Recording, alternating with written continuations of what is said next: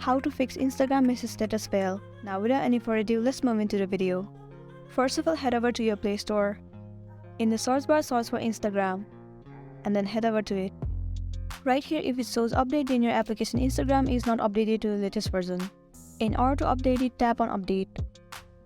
After updating to the latest version, it might fix the problem that you have been facing on Instagram. But if updating the application doesn't work, then in the next step what you can actually try doing is head over to your settings. Move into apps. Tap on see all apps. Right here, search for the application Instagram and then head over to it. Move into stories and cache.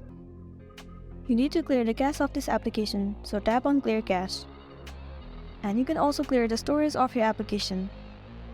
Clearing the storage and cache will help you to remove all the corrupted files of your Instagram, so this might help to fix your issue of your Instagram.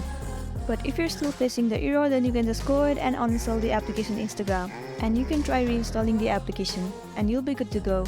So this is it for today, and this was a tutorial video on how to fix Instagram message status failed. I really hope this video is gonna help you out. Thank you for watching it till the end.